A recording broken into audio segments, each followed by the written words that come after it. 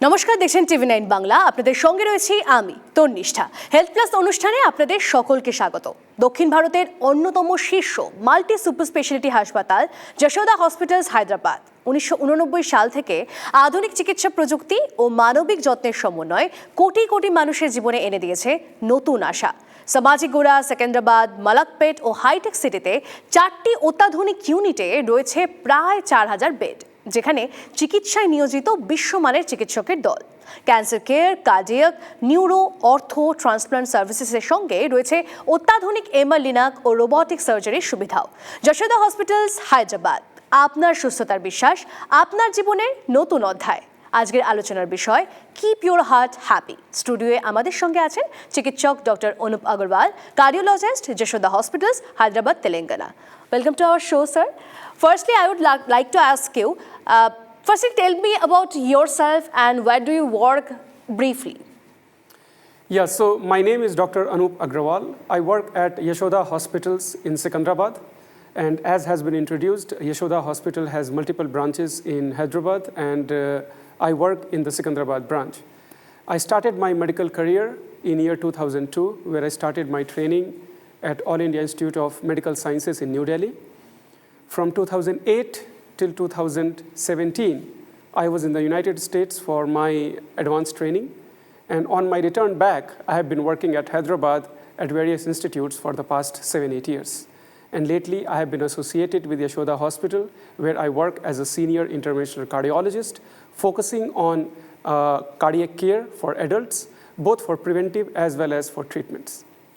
अभी ये heart attack का केसेस बहुत बढ़ चुका है, ये क्यों है? यंग जनरेशन्स में इतना क्यों हार्ट अटैक दिख रहा है? ये सब अगर बताएं आप।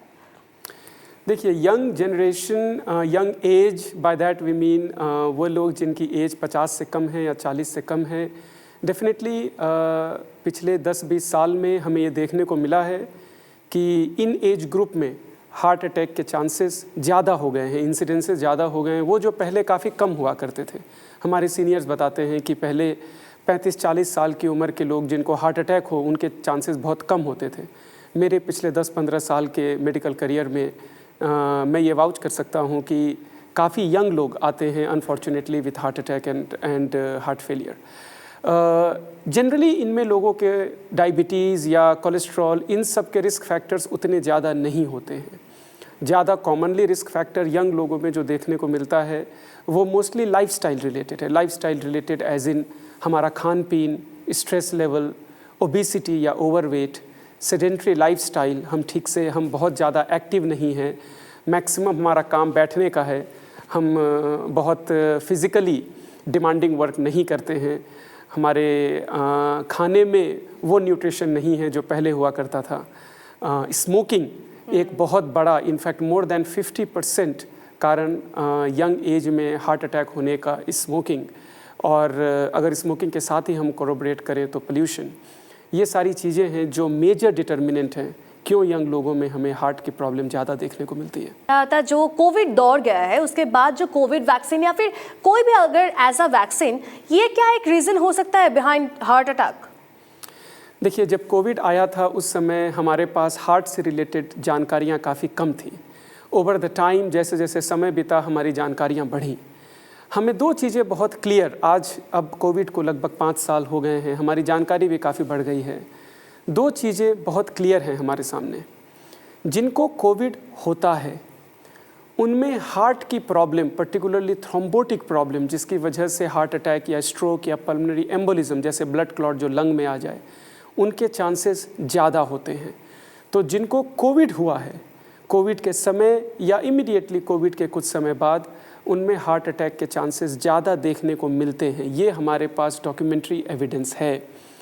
हमारे पास ये भी एविडेंस है कि जिनको कोविड वैक्सीन लगी है उनमें एक तो मेजर कोविड के इंसिडेंस कम हुए हैं, और उनमें सडन कार्डियक डेथ, और उसको अगर हम एक्सट्रापोलेट करें, अगर हम उसको आगे लेकर जाएं, तो हार्ट अटैक के चांसेस कम देखने को मिलते हैं एज़ कम्पेयर टू उन लोगों में जिनमें कोविड हुआ हो।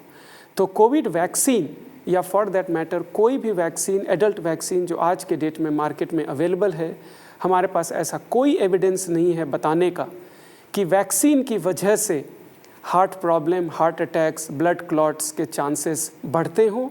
इनफैक्ट डेटा सजेस्ट करता है कि उल्टा है, डेटा सजेस्ट करता है कि उनमें sudden cardiac death, in fact ICMR ने रिसेंटली एक डेटा पब्लिश किया था इंडिया से, बहुत हाई क्वालिटी, जो all India institute of medical sciences के कोलैबोरेशन में डेटा पब्लिश हुआ था, टू से कि जिनको वैक्सीन मिली है उनमें सडन कार्डियक डेथ की संख्या की इंसिडेंसेस नॉर्मल पॉपुलेशन से जिनको कोविड हुआ है उनसे काफ़ी कम है। और ये sudden cardiac death most of the time heart attack या pulmonary embolism which is lungs में ब्लड क्लॉट होने की वजह से होते हैं। तो अगर सडन कार्डियक डेथ के इंसिडेंस कम हैं तो डेफिनेटली हार्ट अटैक के भी इंसिडेंस कम होंगे। तो अगर आप में से किसी को भी वैक्सीन मिली है, आई एम श्योर आप में से हर कोई कोविड का वैक्सीन लिए होंगे, आपको हार्ट अटैक से रिलेटेड टेंशन लेने की कोई ज़रूरत नहीं है। वैक्सीन बढ़ाने की बजाय आपको प्रोटेक्ट करती है, नॉट ओनली कोविड से बट हार्ट प्रॉब्लम से भी। How to keep your heart happy and healthy, इसके बारे में अगर आप कोई टिप्स दें। देखिए, अपने हार्ट को हेल्दी और हैप्पी रखने के लिए, स्वस्थ और खुश रखने के लिए कुछ चीज़ें हैं जो बहुत सीक्रेटिव नहीं है, बहुत रहस्यमंद नहीं है, कॉमन सेंस है। वो सारी चीज़ें हैं जो हमें अपनी लाइफ में करनी चाहिए। इसमें कुछ बहुत ही एक्साइटिंग कुछ भी नहीं है, वही बोरिंग चीज़ें हैं जो आपके पेरेंट्स ने आपको बोला है, आपके टीचर्स ने आपको बोला है, आपके डॉक्टर्स ने आपको बोला है। कुछ चीज़ें जो मैं आपको बताता हूँ। नंबर 1, अच्छा खाएं। हमारा शरीर हमारे खाने से बना है, तो अगर हम अच्छा खाएंगे तो हमारा शरीर अच्छा रहेगा। अगर हम अच्छा नहीं खाएंगे तो हमारा शरीर वैसा ही रहेगा। हेल्दी खाएं, कोशिश करें कि आपके खाने में जितना ज़्यादा न्यूट्रिशन हो उतना अच्छा रहे। एज अ जनरल, भले ही आपको कोई बीमारी हो या ना हो, नमक और चीनी इनका कंटेंट, इनका सेवन कम करें। जितना कम करेंगे उतना बेहतर होगा। कोई ज़रूरी नहीं है जिनको हाइपरटेंशन है उन्हीं को नमक कम खाना है, या जिनको डायबिटीज़ है उन्हीं को शुगर कम लेना है। हेल्दी इंडिविजुअल जिनको कोई मेडिकल प्रॉब्लम नहीं है उनको भी शुगर और नमक, ये 2 चीज़ें कम लेनी चाहिए। फिज़िकली एक्टिव रहें, ये दूसरी सबसे इम्पॉर्टेंट चीज़ है। हमारे पास इनफ साइंटिफिक डेटा है जो ये बताता है कि जो लोग एक हफ्ते में 150 से 200 मिनट फिज़िकली एक्टिव रहते हैं, ब्रिस्क वॉकिंग या कोई फॉर्म ऑफ एक्सरसाइज अगर ऐसा करते हो तो वो ज़्यादा स्वस्थ रहते हैं। कोशिश करें डिफरेंट टाइप ऑफ एक्सरसाइज को कंबाइन करना, वॉकिंग, थोड़ा सा जिम, थोड़ा सा गार्डनिंग, थोड़ी सी और टाइप की फ़िज़िकल एक्टिविटी, कोई भी फ़िज़िकल एक्टिविटी, स्पोर्ट्स, ऐसे कोई भी एक्टिविटी अगर आप कंबाइन करें वीकली 150 से 200 मिनट अगर आप करते हो तो ये आपके हार्ट को हैप्पी और हेल्दी रखेगा।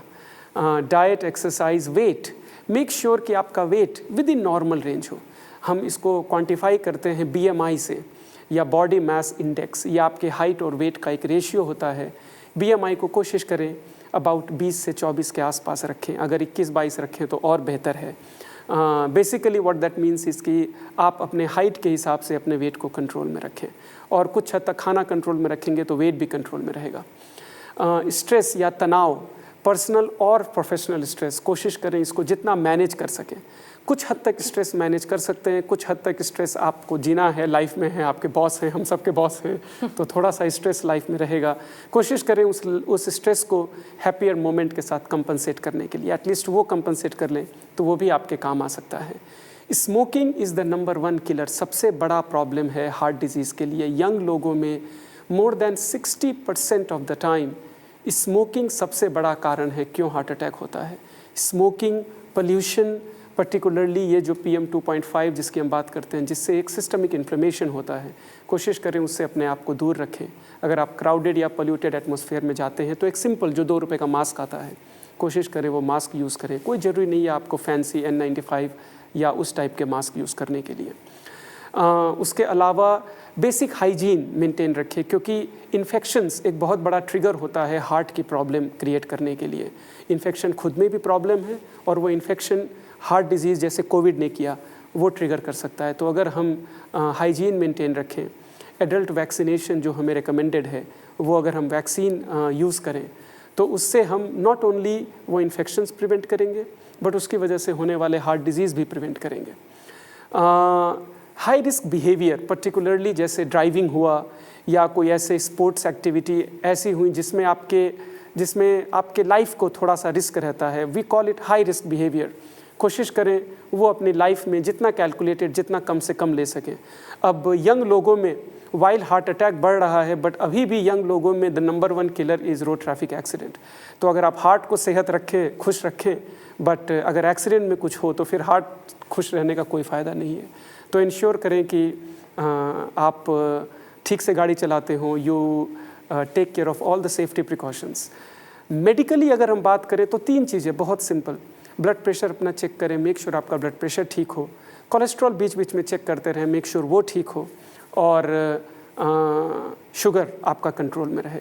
और नियमित रूप से साल में 1 बार या 2 साल में 1 बार एक जनरल फिजिशियन को या एक जनरल कार्डियोलॉजिस्ट को एक रूटीन चेकअप के लिए जा सकते हैं। कोई ज़रूरी नहीं है कोई फैंसी टेस्ट कराने का। काफ़ी बार एक सिंपल मुलाकात में ही एक डॉक्टर आपको बता सकते हैं कि आपको कोई टेस्ट कराने की ज़रूरत है भी या नहीं भी। एक सिंपल इनकाउंटर, एक सिंपल मेडिकल इंटरेक्शन से आपको अपना रिस्क, अपने हेल्थ स्टेटस के बारे में पता चल सकता है। Okay, sir, I would like to ask you, in your opinion, which is the most common contributor for heart disease in modern world? So if we look at the objective numbers, then the single biggest contributor is smoking. There is no doubts about it.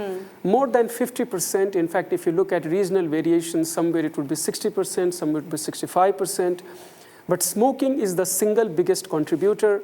And as a corollary to that, pollution or bad air that we breathe, because the effects are pretty much the same, whether you smoke using a cigarette or whether you are inhaling bad air.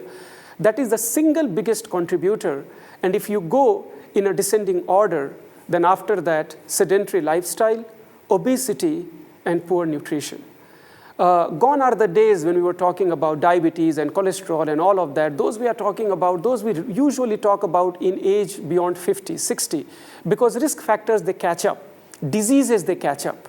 But in younger individual, it is our lifestyle problem which create more trouble. So 4 things if you have to pay attention to. Number 1 by far is smoking. And after that, obesity, sedentary lifestyle, and poor nutrition. ঠিকঠাকভাবে যদি diet আমরা follow করি, আমরা যদি যে basic নিয়মগুলো রয়েছে সেগুলো যদি আমরা ফলো করি, তাহলেই আমাদের হার্টকে হেলদি অ্যান্ড হ্যাপি রাখা যায়।